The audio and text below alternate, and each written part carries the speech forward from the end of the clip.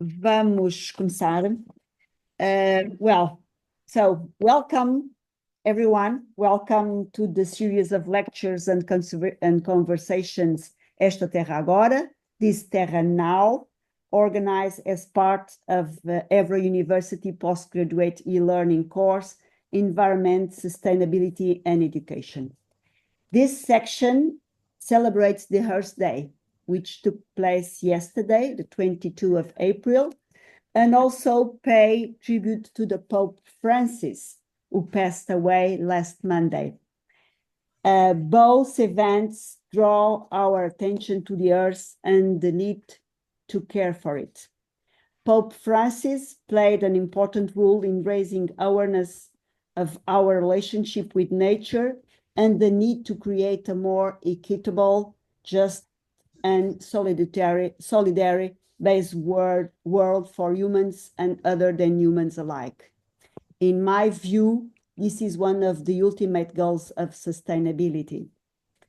Education plays an important role in this regard, and in a world in polycrisis and undergoing rapid change, education for sustainability is perhaps the most honorable and necessary action.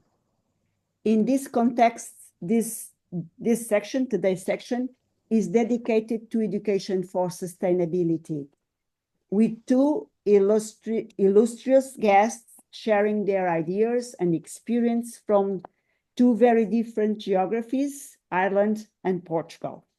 I am delighted to welcome Mark Kelly from Ireland and Assunção Folk from Portugal, and I would like to thank them for joining us today.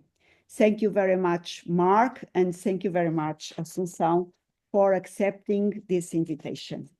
We will start with Mark Kelly, followed by Assunção Folk. Then we will open the floor to the audience for questions and discussion as usual. Oh, I required everyone to turn off the microphone during the section. Well, I'm presenting now Mark Kelly. Mark Kelly is the head of the ATU, the Atlantic Technological University Center for Sustainability, and a senior lecturer in the Department of Building and Civil Engineering. He is currently on secondment with the higher education as a national policy advisor on education for sustainability development.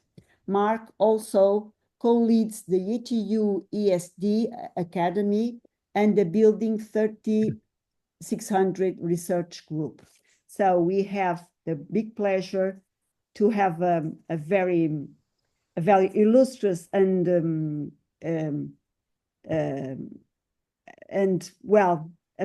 person that really knows about education for sustainability. So thank you so much, Mark. The floor is now yours.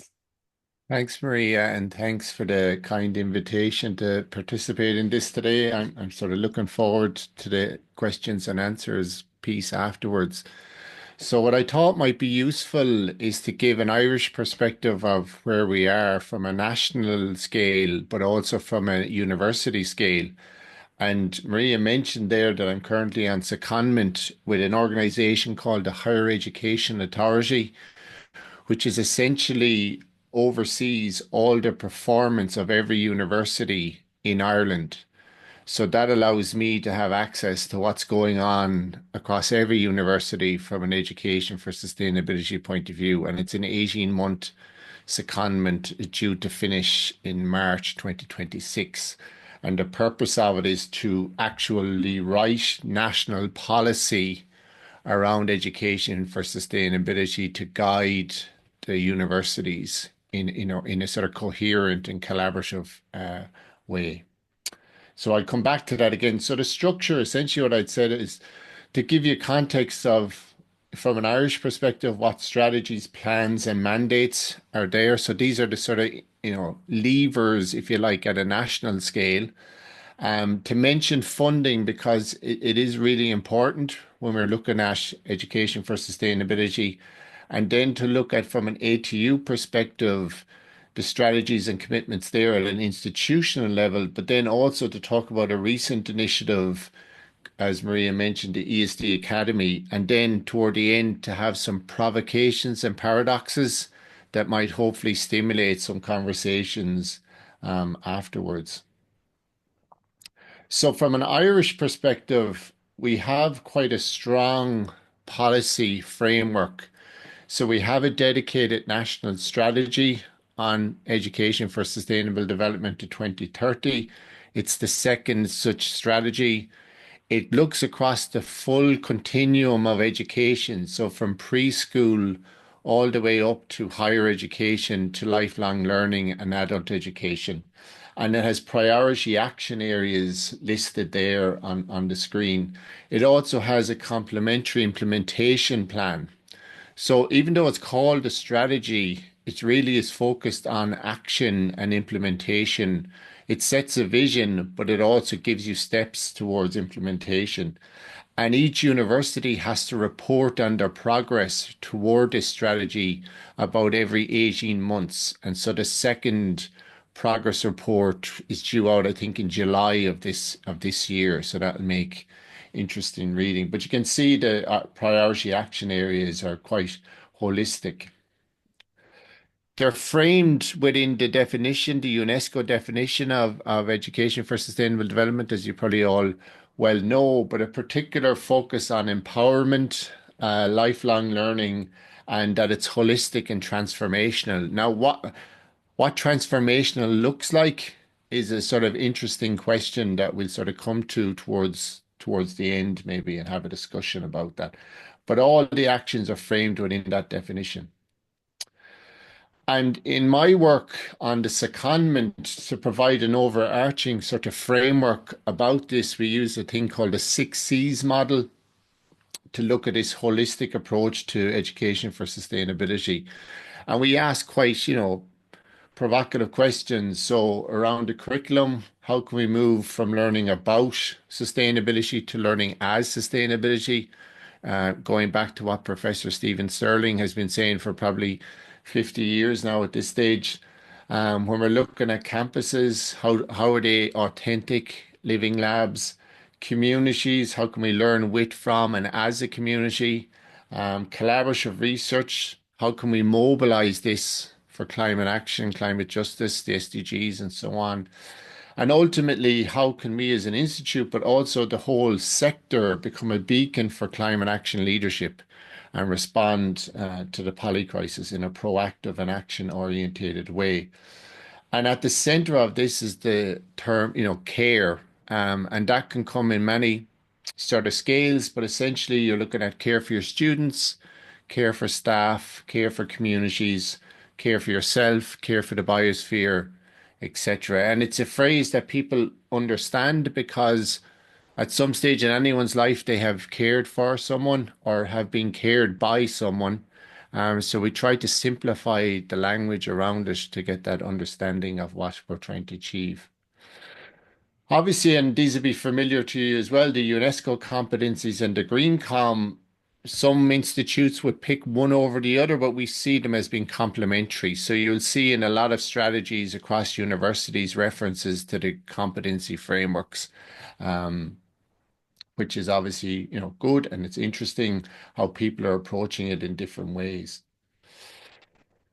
Then moving away from ESD a little bit, we do have a thing called a climate action plan and a climate action mandate, and that is a whole suite of commitments around the decarbonisation of Ireland, essentially in all industry in the public sector. The Climate Action Plan 2025 was just released today, actually. And within that, for the public sector, which refers to higher education, we have an obligation for the public sector to lead on climate action. And within that, then there are training requirements. And the first bullet point there, all senior leadership must undergo climate action leadership training. And in ATU, we did that training last November 2024. But also to give opportunities to staff as part of their professional development to look at sustainability climate action training as well. So these are legal mandatory requirements that are set by government. And also we have, an implementation plan around the Sustainable Development Goals, which is complementary to the Climate Action Plan. So again, from a governmental policy strategy point of view, it's quite strong. So one of the things we've been working on over the last 2 to 3 years has been trying to build capacity of educators. So if we go back to one of the priority action areas in the strategy, that's one of them. And there's a funding that's given out to all of the universities by the Higher Education Authority called the SATL Fund. That has been used to actually create opportunities for staff to engage in ESD projects, innovation projects, and so on. But it's also led to the appointment of dedicated ESD staff across different universities. So it hasn't happened in every university, but in a lot of universities, they would have an ESD officer or an ESD lecturer who supports academic staff in embedding education for sustainability across the curriculum. And obviously, workshops, seminars, and so on come out of that. Two really successful initiatives that ATU led on in collaboration with a number of other universities was an open course on education for sustainability and an open course on embedding the SDGs across the curriculum. And what an open course is, it's hosted by the Higher Education Authority.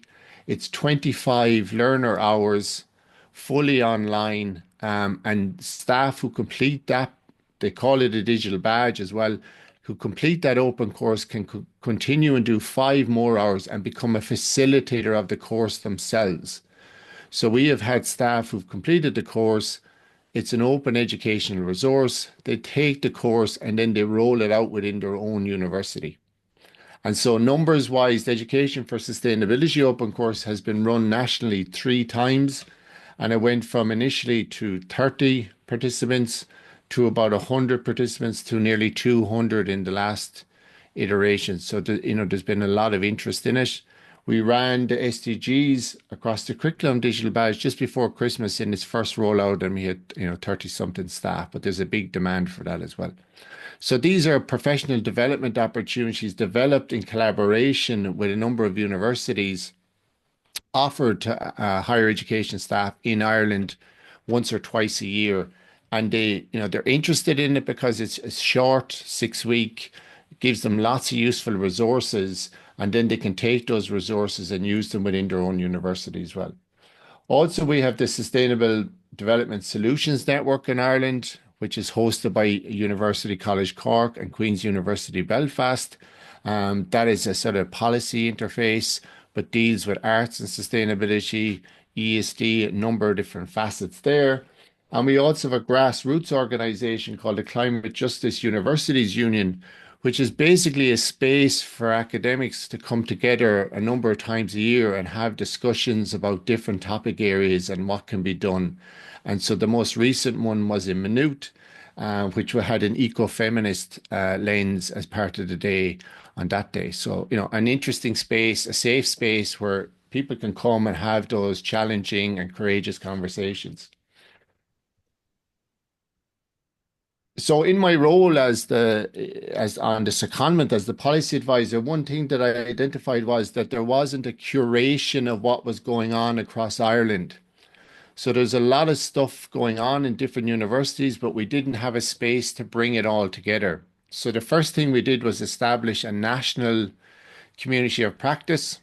And so the community of practice will contain about 45 people who are either leading or are leaders on education for sustainability within their own university or institute. And what we're doing now at the moment is rolling out a spotlight series, which is a webinar every Friday at lunchtime where a different university is spotlighted to share their ESD practice. And we've had 8 weeks so far. So it's 8 different institutes have participated, and it's starting again on the 9th of May with Trinity College Dublin. That's going to run until November to cover all the public colleges, private colleges. And then we're going to have an event in the Royal Irish Academy, an in-person event, a celebration of that. But what that is creating is a huge amount of resources for higher education staff across a range of disciplines, removing the sort of boundaries and removing maybe the reluctance of staff to sort of get involved. When they see all of these examples, it sort of empowers them to get involved in it. So that's been quite successful so far. We also have a national call for case studies, which is again sort of open probably until September. So institutes are submitting different case studies and individuals are submitting different case studies to build that repository of examples and evidence, and also open educational resources. A number of institutes have developed dedicated courses that they're going to share on that. So again, building this resource database of ESD work across Ireland, we think is very important. So that's the sort of national perspective. From an ATU perspective, there's lots going on. I've just picked out a couple of different things that hopefully will be of interest to you. The first thing is from a strategic point of view and a strategy point of view, ATU has as one of its core principles a sustainability for the future vision. And within that, you can see it outlined there. Obviously, it has a sustainable futures curriculum, but also links into sustainability, social impact, the decarbonisation of our campuses, and community engagement. So again, a very holistic sort of approach. And you need that leadership at a strategic level if you're going to be effective and make impact at a local level. Also within our teaching and learning and assessment strategy, we have a commitment around sustainability there as well. So that's really important for all our teaching and learning and academic practice across all our campuses. That's really important. And there's a couple of examples, and we'll be sharing the slides afterwards, and the links are there to different dedicated sort of courses and programs for staff and students and community stakeholders. I just highlighted a couple of projects there that you may be interested to have a look in later on. So one of the things, having working in this space for a long period of time now was, especially with a university like the Atlantic Technological University, where we have 9 campuses geographically spread, across the west of Ireland, it can be quite difficult to keep track of what's going on and, to bring things together in a coordinated and coherent way. So a couple of months ago, we decided to launch a dedicated ESD Academy, which is a collaboration between the Centre of Sustainability, which I lead, and the Teaching and Learning Centre. And that's important, and it's also unique. So there's no academy like this in Ireland. It's the first of its kind. And it shows that collaboration between your academic practice and that more broad or holistic sort of approach to sustainability. And we have a few pictures there of, Dr. Karina Ginty. Some of you will know it from the EU Green Alliance project, and our president, Dr. Order Flynn, and my colleague, Dr. John Scahill, launching the initiative as part of Green Week. And you can see that we brought forward the 6 C's model to frame this as well, because we think it's quite a powerful model to take that holistic sort of approach.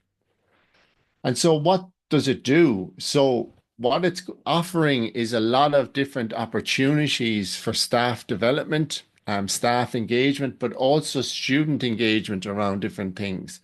So to highlight a couple of initiatives that we're going to be rolling out in the next couple of weeks, actually, with staff, and they're all fully booked, which is really positive as well, that staff were interested in these initiatives as part of their staff development. One is the Carbon Literacy program, which is run by the Carbon Literacy Project in the UK. John and I are both trained facilitators on that, and we're rolling that out to staff in May and June as part of their professional development. We also have the Postgraduate Certificate on Education for Sustainability for Staff, which I know a number of members of the EU Green Alliance did last year and finishing their projects on it this year. And we also have ATU staff on that as well, so the demand for that is quite high. We also have a series of resources developed around the SDGs, which you see there, from a full certificate available to students and staff to do, to introductory MOOCs and digital badges for staff and students to complete as well. We have links, obviously, to what's going on at a national level from a higher education authority point of view, the open courses that I mentioned and the Spotlight series that I already mentioned. We're also part of the SOS UK International Responsible Futures program for this year, and that's a sort of student-led audit, essentially, of ESD practice across the institute. We're in the international cohort there. We're rolling out for the second time Climate Fresh facilitator training in May and June, and we have about 15 staff. We already have 10 to 12 staff trained up, another 15 staff. And we have a number of initiatives around teaching and learning, the area competency framework, the curriculum framework, and so on. And we have the Radical Sustainability Lab, which came from the Centre for Sustainability, but essentially is anything that we think would be really interesting and innovative and creative to engage staff and students on this topic. So we use a lot of games, board games, design sprints, design thinking workshops to have different sort of ways to engage people on these various very serious issues. And we're hopefully planning a games festival to showcase these different tools for engagement towards September or October. So there's a lot on offer there for staff and students. And obviously we'll have resources and things that we've developed and they'll be available for staff and students as well. Finally, just to talk about a couple of provocations maybe around sort of leadership and the role of higher education. And it's important to sort of ask difficult questions, I think, around this, because it can be sort of patting yourself on the back a lot, saying, complimenting yourself, saying you're doing a really good job. But when you see what we need in the world, it's completely different. Back to Marie's point at the very beginning. So some of the questions we sort of pose is, the fundamental question is, what's the purpose of education fundamentally? And that's a really deep question that you can't answer, in a short period of time. But then there's all these other things going on about we're looking at the decarbonisation of our physical infrastructure in our campuses, but what about our education? How we provide education? What does that look like? How is that related to artificial intelligence? When we see universities embrace artificial intelligence, like what does that mean from an environmental impact point of view? What does regenerative education look like? Is ESD a form of greenwashing? And that's sort of a contradictory from coming from a person like me, but sometimes you feel that it is like you can be doing quite a lot in a curriculum point of view, but then you walk around the campus and it may not be reflecting what's in the curriculum. So we need to be able to walk the talk. And then from a university perspective, why do we compete on sustainability? Like, why do we get so caught up in ranking systems? Why do we get so caught up in saying we're the number one university in our country for sustainability? Like, what is that about? We don't really have time to be competing on this. We need to collaborate. And there is a willingness, I think, in Ireland, because we're quite small, to collaborate on this, which is really sort of positive. And then does this, like, if we look at our educational provision, is it structured according to the wedding cake? Is the majority of what we teach about the biosphere, or is it about the economy? And if it's about the economy, there's something off balance there. So these are, provocative questions that we might talk about again. But this is really important as well. Doing nothing is a choice. Like when we decide we're not going to do something, that's also a very powerful choice. So we need to sort of move beyond that. And, the neutrality of higher education is often put out as a sort of pushback against sustainability and ESD. But like if we look again at the state of the world, you do have to have a certain amount of bias in what you're going to do. And I don't really make any apologies for that anymore. And then, like, why are we waiting? Like, in a lot of these strategies, there's projections to 29 or 30 or 35 or whatever. Like, we could be doing fundamental things now, transforming things now. So it's always pushing it down the road another little bit. And then just, from a numbers point of view, from a higher education point of view, in Ireland, we have 250,000 plus students in higher education. In adult education, we have 400,000. We have about 30,000 staff. I haven't even put a figure on the number of research partners, industry partners, and community. And then we have in our primary and secondary education, we've nearly 1 million pupils. So when people say who should be doing something, I sort of say that it's hiding in plain sight. Like the education system, no system has this numbers, this volume, this potential for a sort of movement. So even by just the numbers itself, you can see the responsibility that education has. And finally, last couple of slides, like fundamentally from a national perspective, what we're trying to do is nurture really good practice that's going on at the moment to create a really genuine community of relationships between people in different institutions so that, you develop friendships, you develop relationships, and this sort of brings it forward. And not to be unapologetic about this, to position Ireland as an international or global leader in this, not from a competitive point of view, but in a way that the world seems to be turning in a certain direction. And for us as a country to say, we're not going in that direction. We're going to stay based on our values, based on what we think we can achieve from a sustainability and climate action point of view, and sort of be a beacon around that. So, to be ambitious around that. And the last thing is to say, and Stephen Sterling, building on Gregory Bateson from the 70s, doing things better to doing better things to transformation. Like that isn't easy. And sometimes people have difficulty in even understanding what that means. But if you move away from just embedding, so embedding might be putting it into your learning outcomes, your assessment, and so on, to embodying sustainability. Does your university embody sustainability, climate justice, climate action, and ESD? That's a question. And I was just on a call earlier on, and this graphic was put up by Avisha Silvona in Arizona State University, and I thought it was really interesting. What if the way we respond to the crisis is part of the crisis? And I think that's something that's, it's a bit philosophical, but it's something to really sort of think about as well, and to not rush into things, to give it that critical thought. So, as I said, the slides will be shared. So there's a couple of links there to a lot of the different things. So that's it, Marie. I think I'm finished a little over time, but not too bad. It was perfect on time, and not only on time. Well, thank you so much, Mark.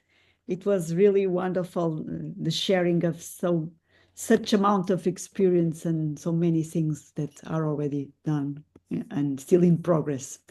So we will move to Assunção. Assunção Falk is a PhD in education and lectures at the Department of Pedagogy and Education at every university. And she is a member of the Education and Psychology Center, Research Center. Assunção experienced preschool teacher. She has been involved in initial and in service training of preschool and primary teachers. Her research interests are education for sustainability. That's why also she is here with us. Listening to children, ESE teachers' professional development, ESE pedagogy, social cultural theories of learning and development, namely the active theory. She coordinates a very dear project, the Outgoing Children in Relation with Nature and Culture, where a community of practice with teachers and academics explore new ways of children reconnecting with a human and more than human world outside of their schools and its development potential. She also coordinates the Cluster 5, Education Science for Sustainability Development, on the Work Package 3, research of the Ugreen Alliance. Assunção, the floor is yours now, please. Welcome. Thank you very much, Maria.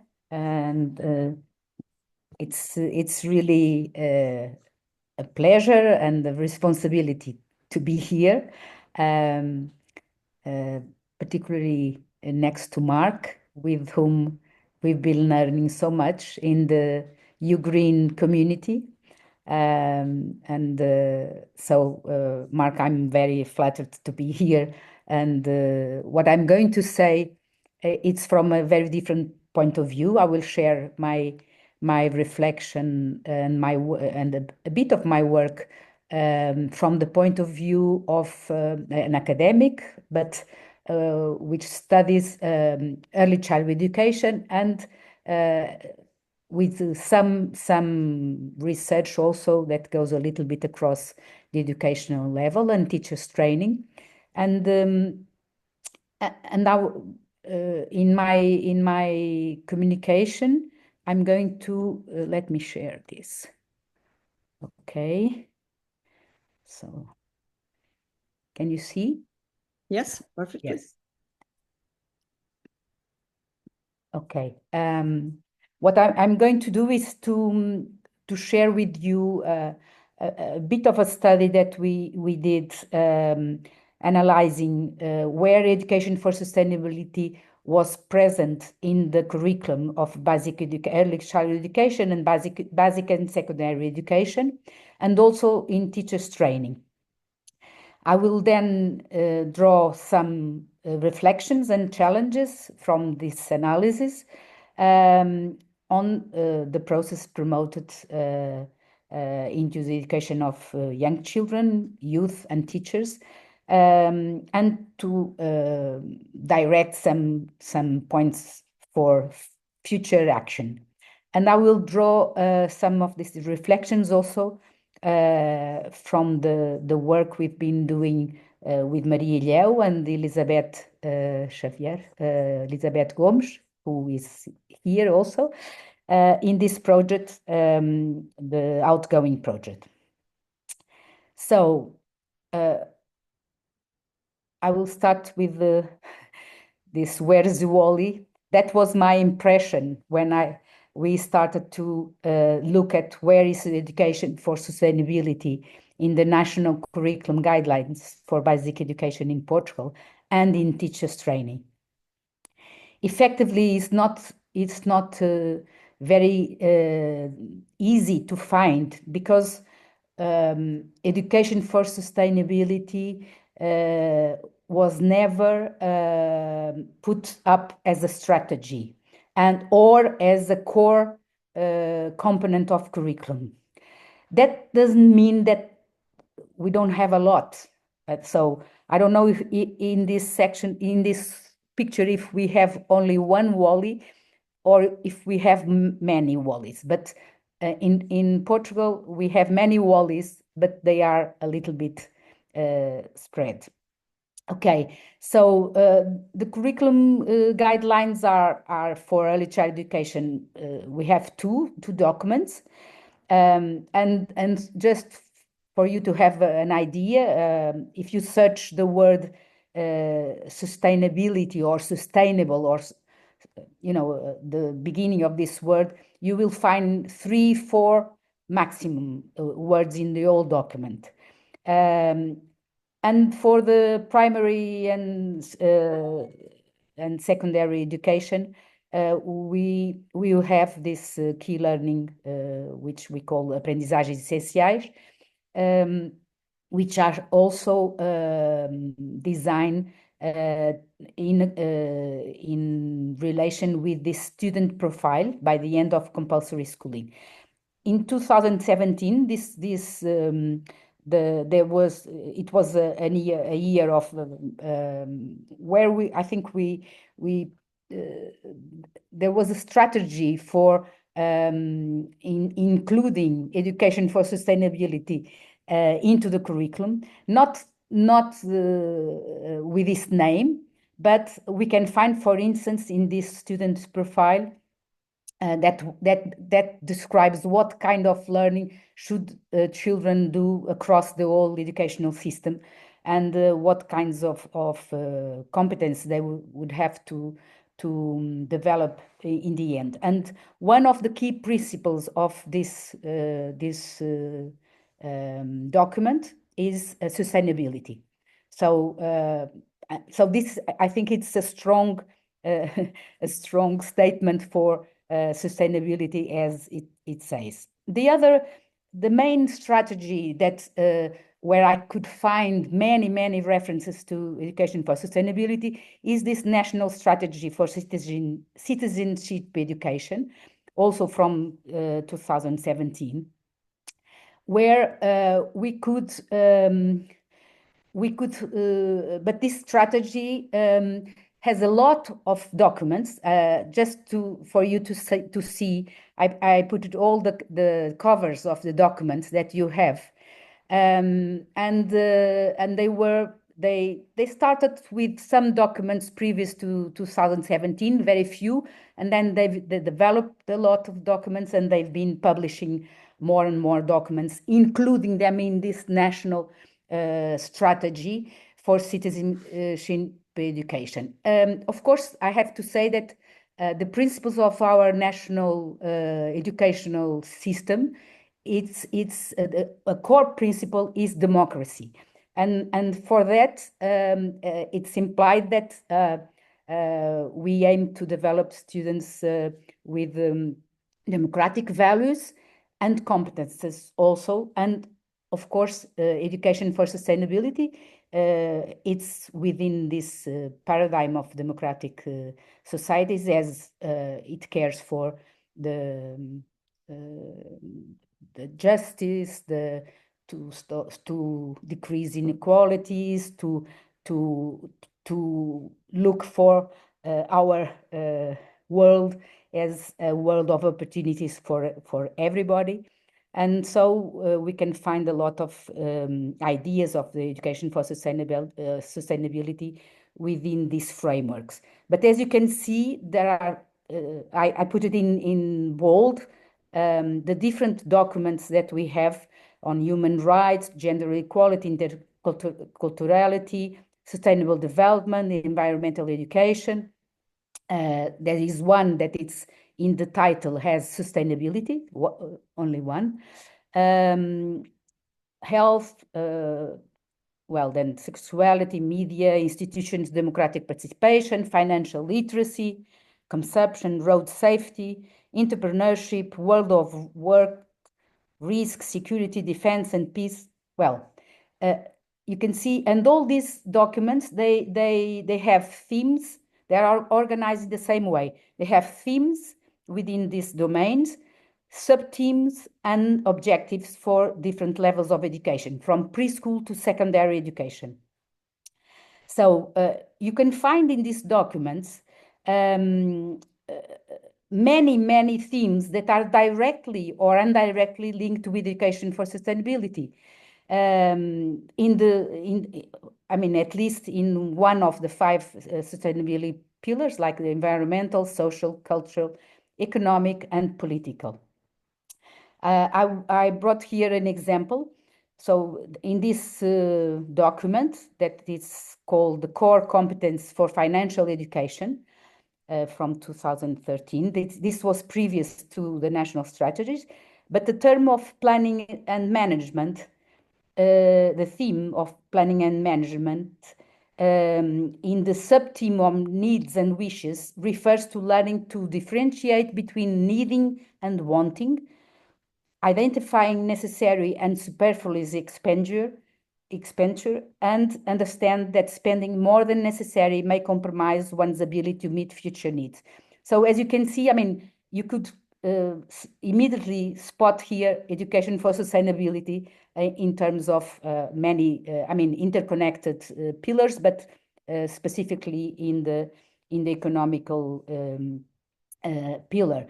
And this document has not one word of sustainability. So what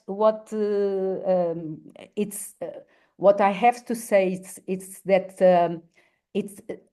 education for sustainability, it's spread around a lot of referential.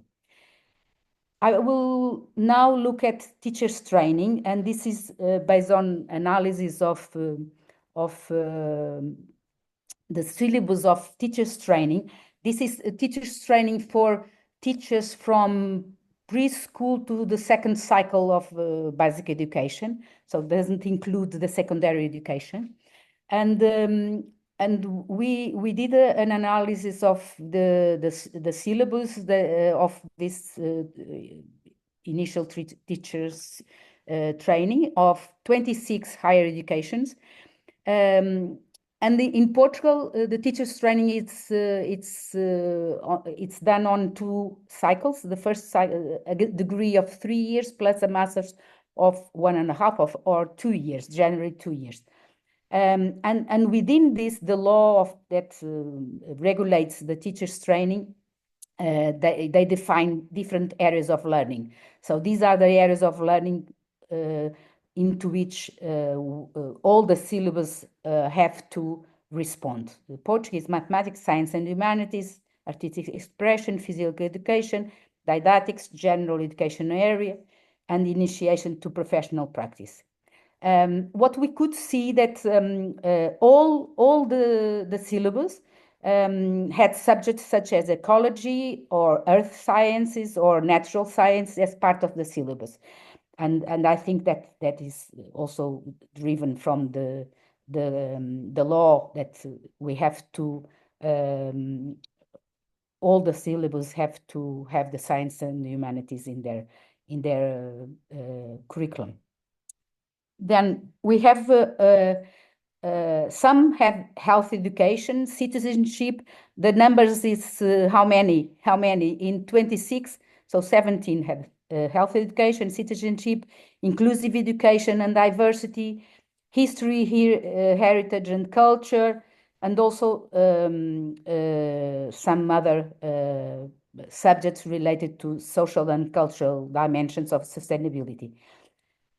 Some have specific topics directed to environmental education, 15, but only 5 have specific education for sustainability subjects. So again, the wording,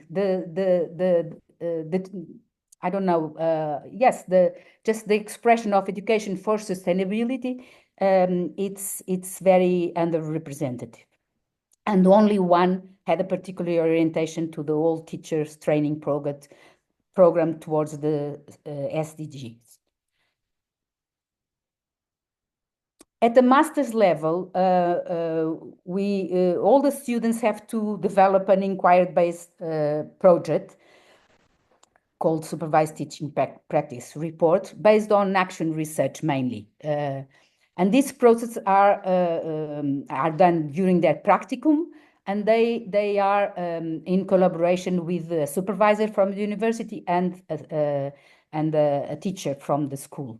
And in this collaborative research, action research projects, they really have, they really, we think that they are really empowered to start doing some focused practice based on action research and taking in their hands the action for some kind of sustainability. Well, we also did some analysis of some of the supervising teaching practice reports that had sustainability in their title or in their abstract.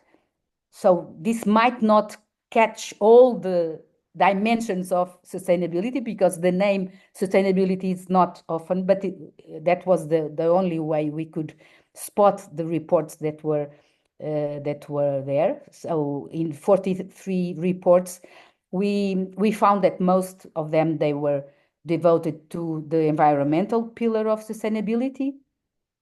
The practices were more of a kind of awareness raising practices.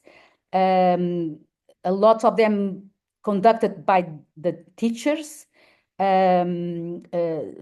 Some projects, few projects of intervention, and some also some outdoor practices and kind of projects like forest schools, outdoor playgroups, on nature communities of learning. Also, they were using also a lot of stories, books, internet videos, movies, and games, also as a basis for activities and projects that could help to rise to develop some competence on education for sustainability. Okay, reflections and challenge on education for young children. Well, I don't because Mark already mentioned the Green Comp. This when we think about what should children and students be learning when we want education for sustainability, immediately we find the word competences. And these competences, they embrace a combination of course, knowledge, skills, and attitudes, and values. I forgot to put in the values. Sometimes the values are not included, but yes, I think also values are also something that you can develop. Of course, you have to embrace the values, but you can foster the values also. And so if we want to develop this kind of competences, and the green competencies, the European framework for the green competences, they include these four main group of competences embodying sustainability values, like valuing sustainability, supporting fairness, and promoting nature. If you don't value nature, if you don't value fairness or promoting fairness, there is something missing in the green comps. Also embracing complexity and sustainability, and this requires a kind of system thinking, creative thinking, critical thinking, and also problem framing, as well as envisioning a sustainable future, which is driven to competence of being able to think ahead and to find out solutions to what they call future literacies, and also by exploratory thinking and thinking outside the box and making being able to come with ideas. And then acting. The acting, it's of course what we want in the end, so that we can all the students and children can be active in their own communities for sustainability. And this is also a kind of political agency, and the understanding that we have a role in our society, and as individuals, but also as a collective action. The problems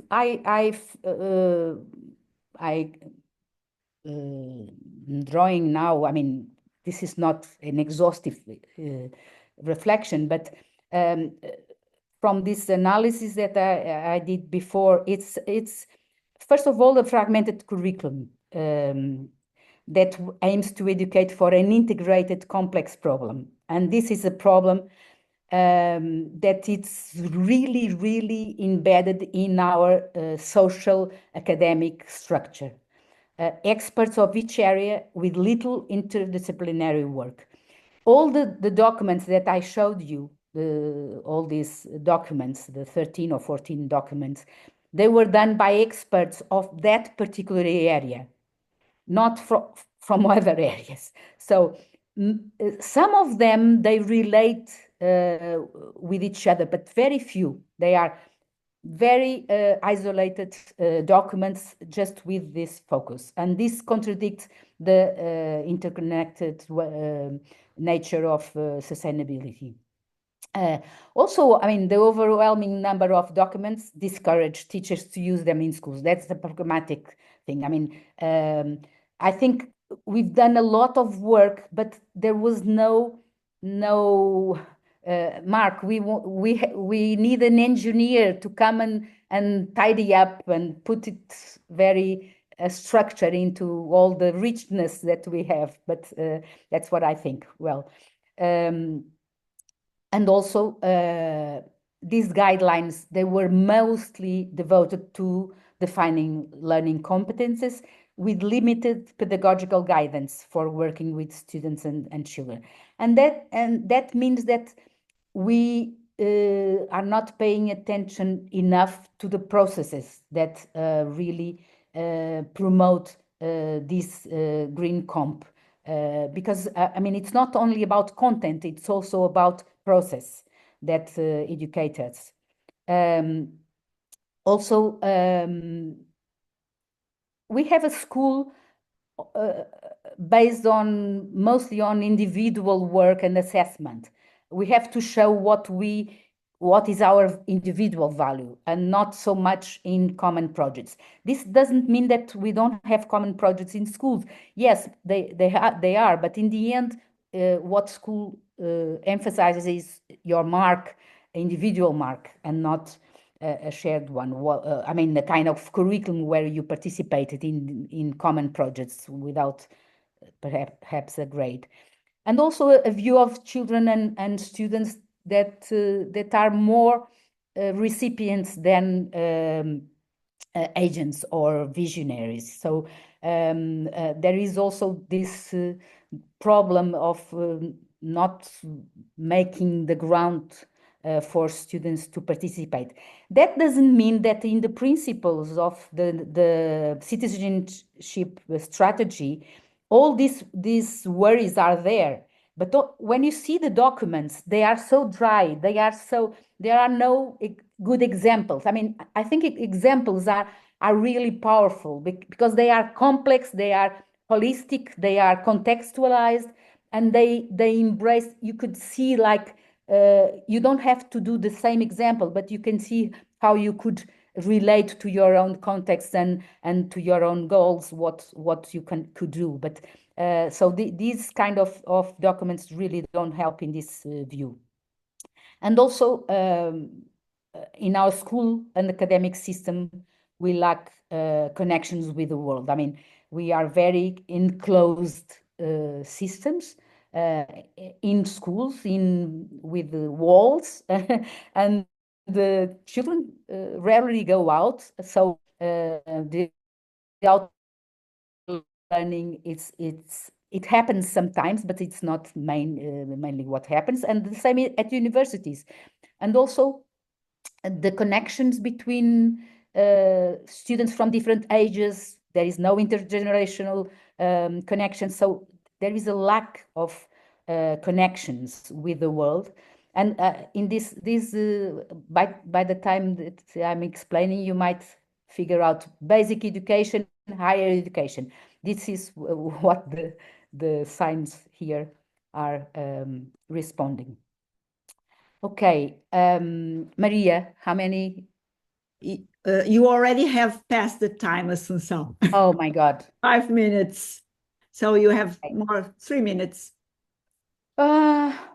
Okay, so I'm not, no, well, yes, that was not well planned. Okay, so the challenges I wanted to emphasize is the need for experiential learning experiences. I'm not going to go into all of these. Dialogic pedagogies, I mean, that means that dialogue is, so it's a structural basis for citizenship, for caring, for interconnection, and I think that's core to sustainability. Also, project-oriented learning based on inquiry and intervention, based on problems. The communities of practice, because I mean, as Marco already also mentioned, I mean, if you have the opportunity to belong to a community of practice that aims to learn together, I mean, you feel more accompanied. You don't feel lonely, and you feel that where you are not so competent, others will help you, and you can produce. And you go further with the community. So that's really a challenge, both for preschool, for schools, and for universities, and also a culture of care. I mean, and this links very much with the model that Marx already this. Well, I'm just I would bring you but then you can see in the PowerPoint some concepts of what we mean by experiential learning, and this requires really something that really helps you to stop, to suspend, to interrupt, to activate your senses, your heart, your mind, but not in the rush kind of way. And this is the concept of experience by La Rosa. Well, the last thing I wanted to talk you about, it's our community of practice. It's a community of practice of preschool teachers, academics from some from early child education, not all, and Mariana Valente is also with us. So we have 4 outgoing members here, some PhD students and some children that work with these preschool teachers, some of the preschool teachers. And this community of practice just, meets, has a common commitment to share, to meet regularly, and also to develop with the children some outgoing activities. And this is something that I just want to mention this, that I think it's very important for us, that the children would go to several places outside of the school, but they have to go regularly to the same place. That means they have to have the opportunity to engage, to develop deep relationships and experiences, that they can go deeper and deeper into their experiences. And these are the online sections when we do some readings, exploring concepts, sharing practices. We also have in every 3 months experiences. We, as academics and teachers, on Saturdays we meet together to do ourselves the processes that we want to then implement with children in schools, and then the teachers working in preschools with children. A problemática existe mesmo no meu grupo. Esse usar sem essa consciência, e provavelmente tem a ver com o facto deles próprios ainda não terem este contacto, como eu falei. So, and these were some of the concepts that we studied, and we tried to understand and to make sense of them in order to illuminate our new ways of being with the children and between ourselves. Well, I'm not going to go into more of these projects, but I will leave you the PowerPoint with some references where you can read about the projects if you want. So I will finish here, Maria. Sorry. This is a quote that I really like, and I will read it for you.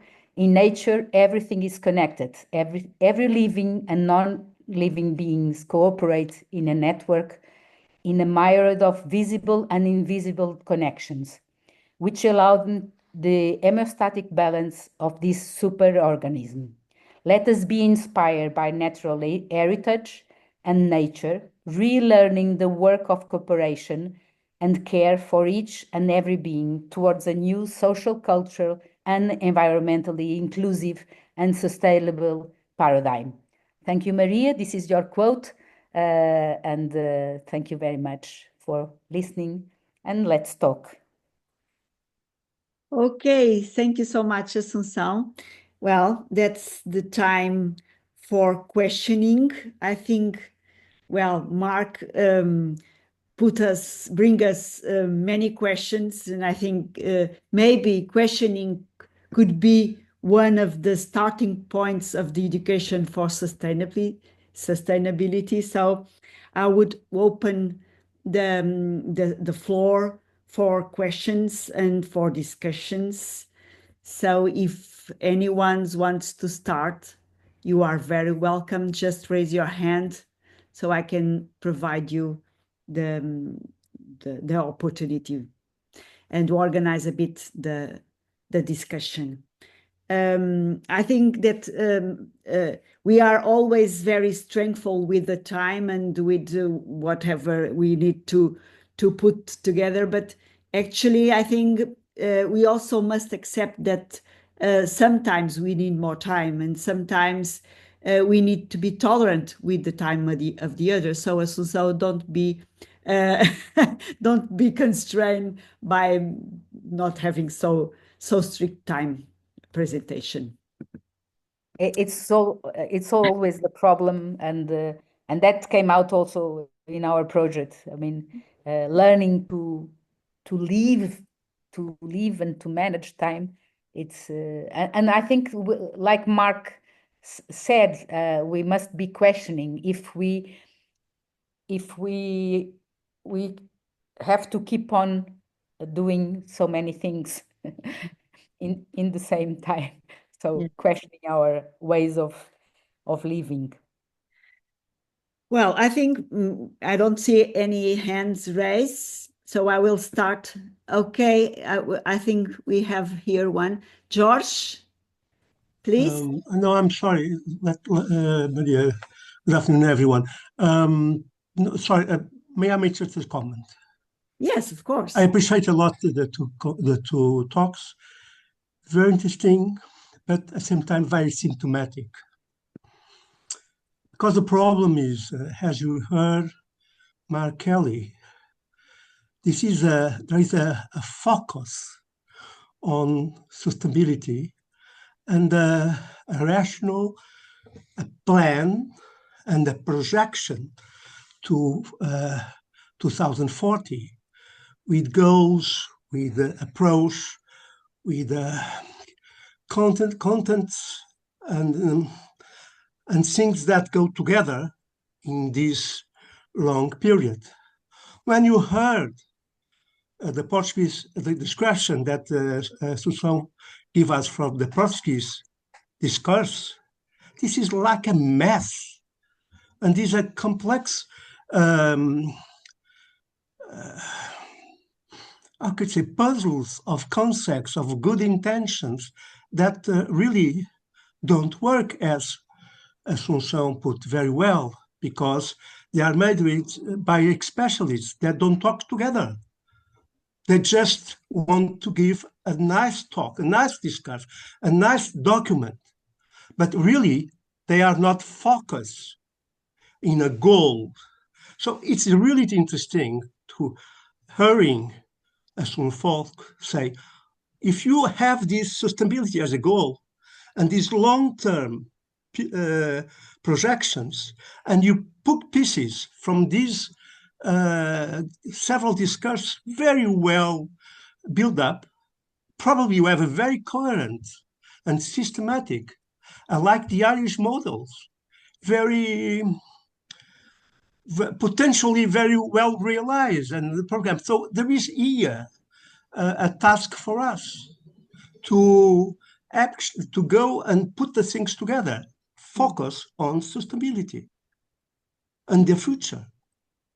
And I think is what I've learned from hearing these two discussions. Very interesting, as I said. So thank you to both of you. Yeah, thank you, George. I don't know if anyone wants to come. So, well, I think the SDGs and the Agenda 2030 was launched in 2015. And of course, it has passed 10 years. It seems maybe it could be seen as a short period or a long period. It depends on the point of view. Actually, we think that we need an action, an urgent action, but the systems need time to change, and we must also take that into account. But I think that what miss in Portugal and what I see for the Irish example is a lack of strategy, in which the Irish example brings us very clear, a very powerful strategy. And that leads me to a question to Mark and then to Assunção. I see that is a big engagement of politics and at these goals. And Mark, how do you engage politics in such an ambitious work to bring a very clear and powerful strategy for all the country, bringing every university in a network to work together in this way? Yeah, so it's an interesting question because the first national strategy on education for sustainable development in Ireland was produced in 2014, and it was a response to the UN Decade of Education for Sustainable Development, which of course finished in 2015, which sort of bypassed Ireland.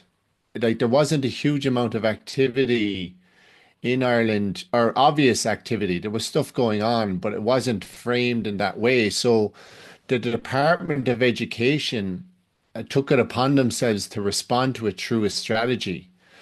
And like, I don't know where that decision came from politically, but once that happened, then everything sort of followed on from that. Now, the big criticism at the time of the strategy was that they didn't put any funding behind it. So it had nice ambitions, a nice vision, and so on, but it didn't really support the institutes in doing it. But what has happened subsequently has been a sort of, it hasn't really been, I don't think it has been planned.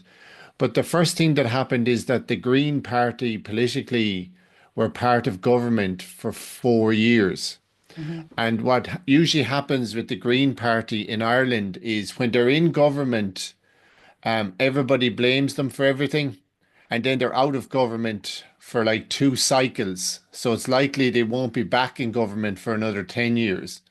But while they're in government, they did a lot of strong policy work around climate. And the new climate action plan that's released today, with a government that doesn't have a green agenda, if you like, is being criticized as being sort of more of the same. It's not really being, the ambition isn't continuing on a little bit. Now, that is to be sort of seen. From an education for sustainability, what really changed in the second strategy was it then joined 3 government departments together. So the Department of Education, Department of Children for preschool and primary school, and then the Department of Further and Higher Education, which is dedicated obviously to the tertiary education sector. So education for sustainability is spread over 3 government departments. It's also spread into the Higher Education Authority, who I'm currently working for, and it's spread into the QQI, which is the qualifications organization. So it's like it's sort of immersed in all of these things. And when the funding that I mentioned as part of the presentation came about, so all of these strategies go through public consultations. So people make submissions, and sustainability and climate became a big theme. And so when they were framing the funding mechanism that I mentioned earlier, education for sustainability was highlighted as one of the thematic areas. So that means funding is going to go in that direction. Now, different institutions have used it in different ways. So you sort of had all of these different things going on in different spaces that all sort of complemented each other. And the fact that the Higher Education Authority sought somebody to come in and look at the policy at a national level sort of supports all of that. The only thing I would say is like the secondment is 18 months. It's probably a 5-year project.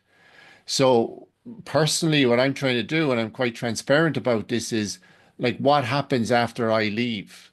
Like, do we have structures in place that all of this work, and especially the collaboration that Jorge mentioned there, which is really important, that that continues and that it's not seen as, we did that for 18 months and then we stopped and we did something else. We focused on some other topic.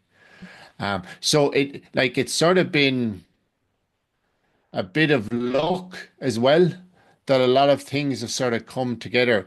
But it's not to say that it's perfect. Like the universities in Ireland are very much committed to ranking systems. They can be quite competitive. So it's like the point that was made there is interesting. The tendency when you're invited to do a presentation like Maria invited me is to present the good picture. Like you will put it all together and it looks like Ireland's fabulous. And like it's good, but there's a lot of stuff that could be a lot better. And you mentioned time, Maria, the urgency of this is quite frustrating when you can see universities sort of setting targets later on and you're sort of saying, no, you can do this now. Like you can actually do this now. Like if a university can't respond quickly, I don't really know who can respond quickly. I mean, Like, human beings, we living beings, don't respond quickly, I think. no, but I mean, from structures and being able to adjust the curriculum, like one of the, like this is bringing it down to a very basic level. Like one of the biggest barriers to education for sustainability in a university setting in Ireland is the timetable. Yeah. And Mark, education, changes in the education are very slow.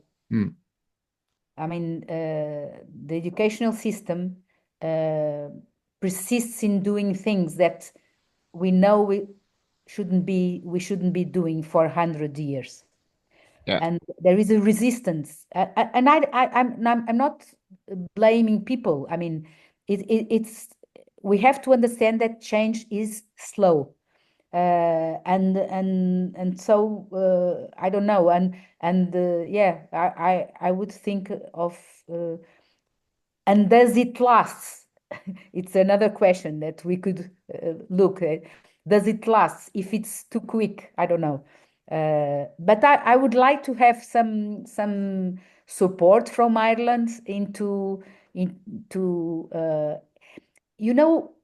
what I think in Portugal we have lots of things, but they are messy.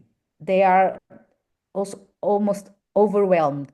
And sometimes if we say something, oh, we already do this, but some people do one thing, other people do another thing. It's not that I want everybody to do the same, but there is no definition of core principles and actions, and then a variety can go around. A comprehensive definition of core, because of course all these documents have core themes. They are very well thought, but not in a holistic way. Yeah, I would like also to discuss a bit this idea of that Mark also bring us, that questioning what is the purpose of our work. And actually, I think at least in Portugal, at the universities of Portugal, we are much focused on serving ourselves. I don't know if it is an exclusive of Portuguese way. I don't think so. But we are much focused on serving ourselves and not so much worried about the community. What could we do for the community? And that brings an idea of a common that needs also to be worked out. This idea of common that is hers common, but our home, collective home, but it's also the importance of the collaborative process in that way. And that is it's very clear, at least for us, for me, it's very clear on the Irish strategy. Although it has maybe some gaps, or maybe it's not in a way that you would like to still, but you have highlighted very well the terms, and the care and the community are very, very important issues in which, if the universities don't put that as a value, it's very difficult to work out the sustainability as a concept and as a practices, and that relates also to the education for sustainability. So we are moving slowly, well, more slowly in Portugal than in Irish, and the question is, what can we do more? And we are already doing, some of us are already doing, but the case is that this process of doing is very fragmented, and we don't see a large picture aim in the strategy that could somehow reinforce what each of us are now doing. So, Assunção, what do you think that we could do to improve that? Not only in terms of individuals or groups, communities, but in a more broader way, in, let's say, in larger scale, including the university, but also the national scale. Well, I really don't know. I mean, I wish I could. I mean, I think really, I don't know, the way we relate with politicians and with policies in the government. We are now in a time of a very reactive time. If we like the government, we like the policies. If we don't like the government, we don't like the policies. And then there is a lot of energy that is spent into this reactive kind of relationships of citizens with the politicians. But I think it needs a leadership, a strong leadership, political leadership, of someone able to talk across political fields, and because I believe that most reasonable people recognize the urgency of putting education for sustainability at the core, at the central issue in education. So, and I remember when our educational framework law was developed in 1986, we had the law was voted in the parliament with a big majority of the parties, and it was well discussed. There was someone leading and embracing this community to embrace ideas. It's not quick that we do this, but that's what we needed. Someone or a group of people that really can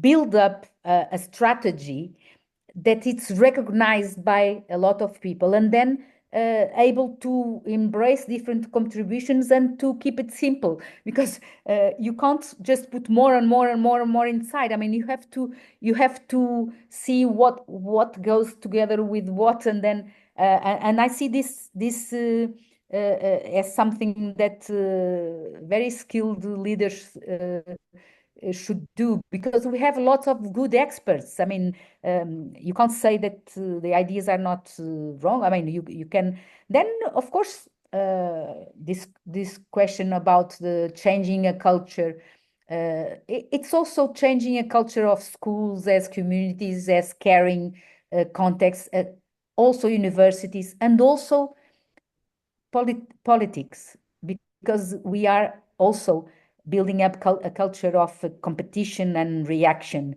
in politics that we have to change. Perhaps a little bit naive, but that's what I think. Susana Manco. Utopia is needed. So yes. Why yes. not? Susana, could you please turn on your camera for us to to be more easy to contact you. Susanna, you have your hand raised. But the microphone is mute. Yes. Susana, quer falar? Tem o microfone desligado. Perhaps she doesn't want. Perhaps it was a non-voluntary. Oh. Quer. Hear me? Agora sim. Oh, I'm sorry. Can you hear me? Not so good, not so good. The communication has some inference, but let's try, Susanna. Can you hear me? Okay, can you hear me? Not so good, but let's try. Oh, I'm sorry. I'm in a space and I don't now have. We cannot. No, sorry. Well, I think may you continue, Susanna? Just let's try.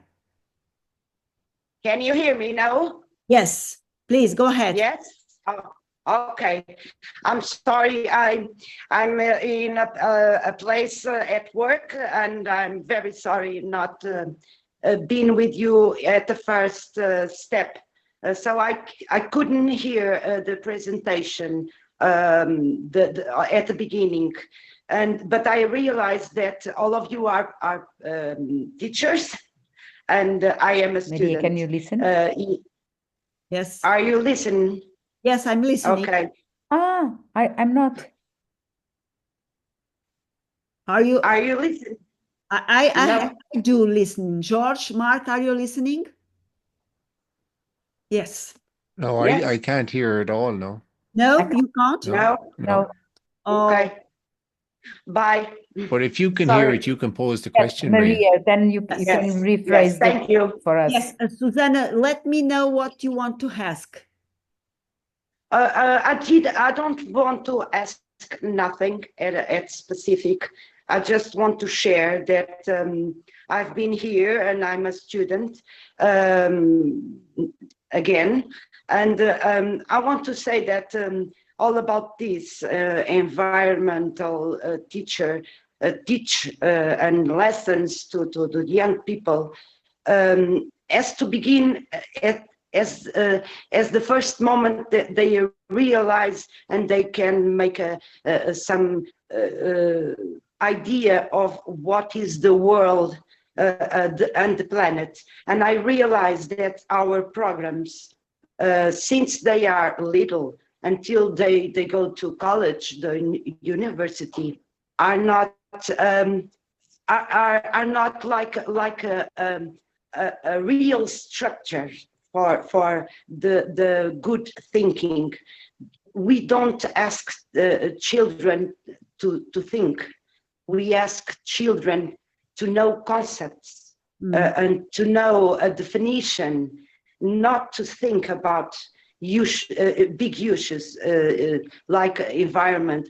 And I want to say just this. Last week we heard about some numbers about environmental and recycling, and we realize in Portugal that we go down. We have a less recycling, less knowledge in young people, and I'm talking about 10 to 18 years old.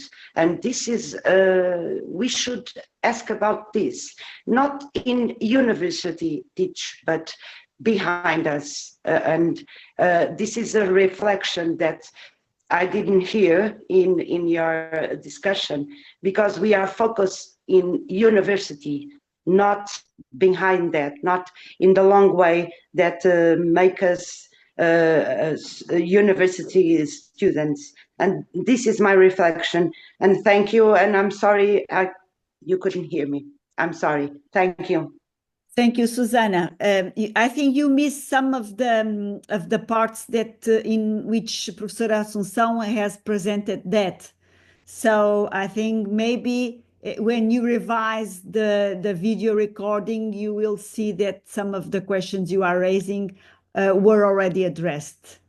Well, Susanna was trying to share her questions about the way the school is teaching the pupils, and saying that the questioning is not something that is the first moment to approach the students. So students are, as Sunção already mentioned, recipients in which teachers deposit whatever they think that could be interesting for them to know, but actually they are not taking as agents of changes and agents of thinking. That's what Susanna has bring us, more or less that. But we also have Zelia comment. Zelia, do you want to put your question, your comment on? Yeah, okay. Thank you, Zelia. Please. Maybe, I don't know if I can. I write it because I was afraid. So here it goes. So my perception in Portugal is there exists an attitude of disbelief that tends to minimize the impacts of the acts of individuals, groups, and even organizations, and even political decisions. And this is like a bad faith, like some kind of excuse. And I put two examples of this. It's like recycling is still a question that is in debate in the common area. And an article that has been published with the title, Take Long Showers. Like if the liters, the gallons of water that you use in your shower doesn't count so much, so you can take long showers. So for me, this is like an obstacle. And my question is, how is your perception and your experience in education? If you have the same perception and the same problem, I guess. Thank you. I don't know if I clearly understand, but I pass the word to Sunção and Pilar, because you mentioned about disbelief. Like disbelief, but to minimize the importance of your acts. Like, why are you bothering? Why are you separating your garbage? This is nonsense. They put all together after they pick them. So I think this is like counter information and fake news, and this is not helping this idea that we all are in the problem and sharing the problem. And if you are not working in the solution, so you're in the side of the problem. We are all in the side of the problem, but I don't know. I agree with you about this belief. Sometimes some people, they really want to do something, but they think they are helpless. They can't change. They can't. Yeah. Even some young children and adolescents say the problem is so big, I can't do anything. Also because I think there is also a lack of education on empowering people to together do things. That goes again to what I was raised. I mean, this individual kind of fragmented way. But also, I think that it's this reactive tone, and we should go for information. I mean, we have a problem with how do you say, true information. I mean, reliable information. And so let's go. Let's see. Fact checking. I mean, that's a good thing that's happening in the telly. Everybody, we can engage children also to do fact checking, because they see in the telly fact checking. Oh, not everything one says it's true. Let's see, are they really putting everything together? Let's follow the garbage. Let's see where they deposit. Let's not just say, oh, you don't believe, I believe. that's what I think we must, but it's a culture that of relationships and the way we engage with each other that needs, for me, I think it needs, yeah, it needs a leadership, but everybody can do this. I mean, you can really, and I've seen people arriving at a meeting and having everybody shouting, "Oh, because there is this problem! Oh, because," and I see people saying, "No, but this is not true. This is not true. But when? No, this is reacting." And some people, they say, "Okay, what is this problem? Oh, is it true? Let me note. We must have a look at that." And the way we react to people that are, still in this disbelief, and it's more than disbelief, it's an offensive disbelief. They want to put down, I mean, but the way we react to that, it's also a key issue of bringing people to, let's see, oh, you are saying this, oh, let me see, where is the information, how can I check this? That's inquiring culture. Yes. Mark.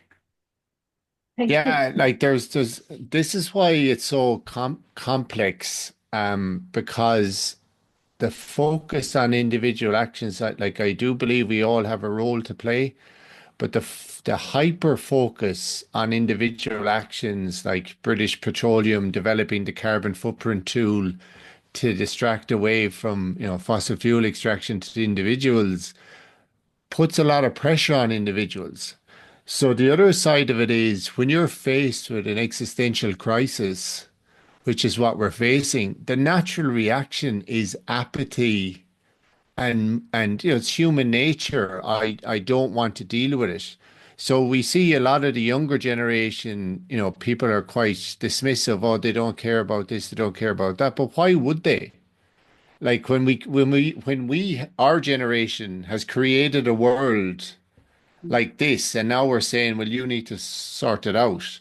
So there is a flip side. The other point is, and it's often said that thinking about climate and worrying about climate is a privilege, because if you're in a situation where you can't put food on the table or you're in extreme poverty, obviously climate is having an impact on your environment and it's having but your fundamental thing is your fundamental needs of shelter, food, water.